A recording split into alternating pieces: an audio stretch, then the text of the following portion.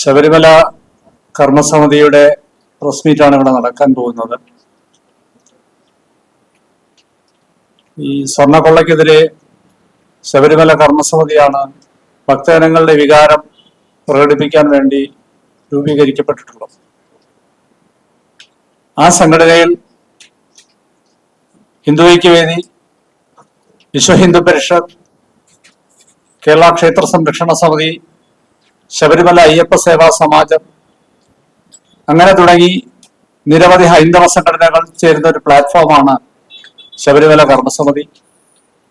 അതിന്റെ വരാൻ പോകുന്ന ഒരു പ്രതിഷേധ പരിപാടിയുടെ പത്രസമ്മേളനമാണ് ഇവിടെ നടക്കുന്നത്. ഈ പത്രസമ്മേളനത്തിൽ പങ്കെടുത്തുകൊണ്ട് സംസാരിക്കുന്നത് വിശ്വ ഹിന്ദു പരിഷത്തിന്റെ കേരള സംസ്ഥാന അധ്യക്ഷൻ ശ്രീ വിജി തമ്പി സാറാണ്. കൂടെയുള്ളത് കേരള ക്ഷേത്ര സംരക്ഷണ സമിതിയുടെ സംസ്ഥാന പ്രചാര പ്രമുഖ ഷാജു വേണുഗോപാൽ, ശബരിമല അയ്യപ്പ സേവാ സമാജത്തിന്റെ സംസ്ഥാന സെക്രട്ടറി അഡ്വക്കേറ്റ് ഗീതാകുമാരി, ഞാൻ ഹിന്ദു ഐക്യവേദിയുടെ സംസ്ഥാന സെക്രട്ടറി സന്ദീപ് തമ്പാനൂർ എന്നിവരാണ് ഈ പത്രസമ്മേളനത്തിൽ പങ്കെടുക്കുന്നത്. ഈ പത്രസമ്മേളനത്തിൽ ഉദ്ദേശിക്കുന്ന കാര്യങ്ങൾ ഈ വിശ്വ ഹിന്ദു പരിഷത്തിന്റെ സംസ്ഥാന അധ്യക്ഷൻ വിജി തമ്പി സാർ വിശദീകരിക്കും.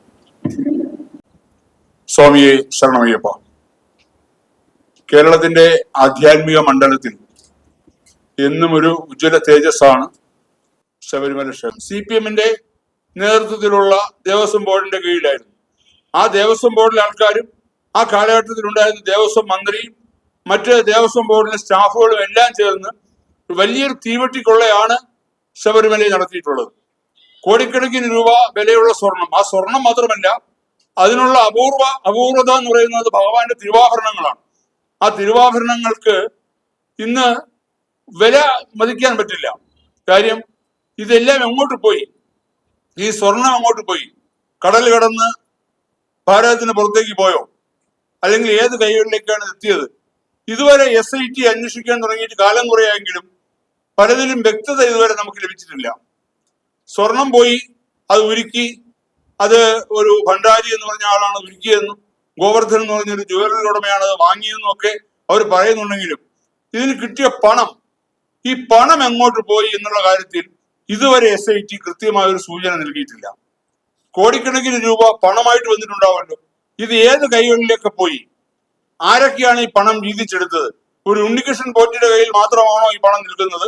അത് ഈ പണം ആരൊക്കെ വീതിച്ചെടുത്തു എന്നുള്ള കാര്യത്തിൽ ഇപ്പോഴും SIT മൗനം പാലിക്കുകയാണ്. മാത്രമല്ല, ഇതിൽ നേരിട്ട് ബന്ധപ്പെട്ട പല ആൾക്കാരും ഇന്ന് പുറത്ത് സ്വതന്ത്രരായി വിഹരിക്കുമ്പോൾ ഈ ക്ഷേത്രത്തിലെ തന്ത്രി കണ്ഠര് രാജീവരെ പോലീസ് അറസ്റ്റ് ചെയ്ത് റിമാൻഡ് ചെയ്ത് ജയിലിലടച്ചിരിക്കും. ശബരിമലയിൽ വരുന്ന കോടിക്കണക്കിന് രൂപയുടെ വരുമാനം മാത്രമല്ല, നടവരവ് മാത്രമല്ല, അവിടെ അരവണയും അപ്പവും ഇട്ട് കിട്ടുന്ന പൈസയല്ല, മറ്റു രീതിയിലുള്ള പണം അല്ലാതെ തന്നെ കേരളത്തിന്റെ ഒരു സാമ്പത്തിക സ്ഥിതിക്ക് ഏറ്റവും അധികം സഹായം ചെയ്തുകൊണ്ടിരിക്കുന്ന ഒരു ക്ഷേത്രമാണ് ശബരിമല. അത് ഏത് രീതിയിലായാലും ശബരിമലയിലേക്ക് ഒഴുകിയെത്തുന്നത് കൂടുതൽ ആൾക്കാരും കേരളത്തിന് പുറത്തു നിന്നാണ്. മറ്റ് സംസ്ഥാനങ്ങളിൽ നിന്നും ഭാരതത്തിന്റെ പുറത്തു നിന്നുള്ള ആൾക്കാരാണ് ശബരിമലയിലേക്ക് എത്തുന്നത്. അവർ വരുന്നതിലൂടെ തന്നെ പല രീതിയിലുള്ള വരുമാനവും കേരള സർക്കാരിന് ലഭിച്ചുകൊണ്ടിരിക്കുന്നു. അത് ഞാൻ അതിനെ വിശദീകരിക്കേണ്ട ആവശ്യമില്ല. അപ്പൊ അത്രയും ഒരു പ്രത്യേക കാലഘട്ടത്തിൽ ഇത്രയും ഭക്തജനങ്ങൾ ഒന്നിച്ചൊഴുകിയെത്തുന്ന ഒരു സ്ഥലം ഭാരതത്തിൽ മറ്റെവിടെയെങ്കിലും ഉണ്ടോ എന്ന് ചോദിച്ചാൽ ചിലപ്പോൾ ഇല്ല എന്ന് തന്നെ പറയേണ്ടി വരും. കാര്യം ഇത്രയും ഒരു ചെറിയ ക്ഷേത്രം, ഇതൊരു കാനന ക്ഷേത്രമാണ്. ആ ക്ഷേത്രത്തിലേക്കാണ് ഒരു മണ്ഡലകാലത്ത് ഇത്രയും ഭക്തജനങ്ങൾ ഒന്നിച്ചെത്തുന്നത്. അതിന് പ്രധാന കാരണം ആ ക്ഷേത്രത്തിന്റെ ചൈതന്യമാണ്. അവിടെ കുടികൊള്ളുന്ന സാക്ഷാൽ ധർമ്മശാസ്താവ്, ആ ധർമ്മശാസ്താവിൽ വിലയം പ്രാപിച്ച നൈഷ്ഠിക ബ്രഹ്മചാരിയായ അയ്യപ്പസ്വാമി, ആ ഒരു ക്ഷേത്രത്തിന്റെ ചൈതന്യമാണ് ഇത്രയും ഭക്തജനങ്ങളെ അങ്ങോട്ടേക്ക് ആകർഷിക്കുന്നത്. അതുകൊണ്ട് തന്നെ ആ ക്ഷേത്രത്തിൽ ഇത്രയും വരുമാനം വന്നുകൊണ്ടിരിക്കുന്നത്. ഈ വരുമാനം കുറെ കാലങ്ങളായിട്ട് ദേവസ്വം ബോർഡ് യാതൊരു രീതിയിലുള്ള ക്ഷേത്രത്തിന്റെയോ അവിടെ വരുന്ന ഭക്തജനങ്ങൾക്ക് സൗകര്യം ഒരുക്കാനോ അല്ലെങ്കിൽ മറ്റു വികസന പ്രവർത്തനങ്ങളോ ചെയ്യാതെ ഈ പണം അതുപോലെ മുടിച്ചുകൊണ്ട് പോകുന്ന ഒരു അവസ്ഥയാണ് ഇത്രയും കാലം നമ്മൾ കണ്ടുകൊണ്ടിരുന്നത്. ഇപ്പൊ ആ പണത്തിൽ നിന്ന് മാറി ഭഗവാന് ആൾക്കാർ സമർപ്പിച്ചിട്ടുള്ള, ഭക്തജനങ്ങൾ സമർപ്പിച്ചിട്ടുള്ള സാധനങ്ങൾ പോലും മോഷ്ടിച്ചു കൊണ്ടുപോകുന്ന ഒരു അവസ്ഥയാണ് കഴിഞ്ഞ കുറെ കാലങ്ങളായിട്ട് കണ്ടുകൊണ്ടിരിക്കുന്നത്.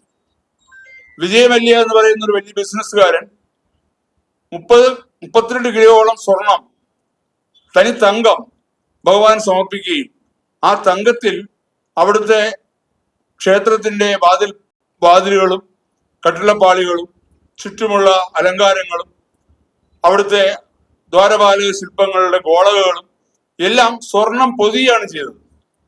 ആ സ്വർണം പൊതിഞ്ഞത് തനി തങ്കമാണ്. അത് അവിടെ വെച്ച് തന്നെയാണ് ചെയ്തിരിക്കുന്നത്, ശബരിമല വെച്ച് തന്നെയാണ് ചെയ്തത്. ഇതിനെയാണ് ദേവസ്വം ബോർഡ് സ്വർണം പൊതിഞ്ഞതിനെ മാറ്റി സ്വർണം പൂശിയതാക്കി, അത് ചെമ്പുവാളിയാക്കി. പല രീതിയിലും 2019 കാലഘട്ടത്തിൽ അവിടെ പ്രളയം കഴിഞ്ഞുള്ള കോവിഡിന്റെ കാലഘട്ടത്തിൽ പലരും ഭക്തജനങ്ങൾക്ക് അവിടെ എത്താൻ പറ്റാതിരുന്നൊരു സാഹചര്യത്തിൽ അതിനെ മുതലെടുത്തുകൊണ്ട് ഇതെല്ലാം മോഷ്ടിക്കുകയാണ് ചെയ്തിരിക്കുന്നത്.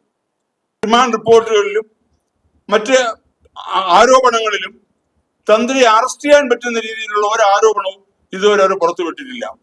ആചാര ലംഘനം നടത്തി എന്നുള്ളതാണ് SIT പറയുന്നത്. ആചാര ലംഘനം നടത്തുന്നതിനെ കുറിച്ച് അന്വേഷിക്കാനാണോ SIT ചുമതലപ്പെടുത്തിയിരിക്കുന്നത്? അല്ലെങ്കിൽ ഒരു ക്ഷേത്രത്തിൽ ആചാര ലംഘനം നടന്നാൽ അത് ആരാണ് ആചാര ലംഘനം നടന്നു എന്ന് പറയേണ്ടത്? ആ ക്ഷേത്രത്തിലെ തന്ത്രിയാണ് പറയേണ്ടത് ആചാര ലംഘനം നടന്നു.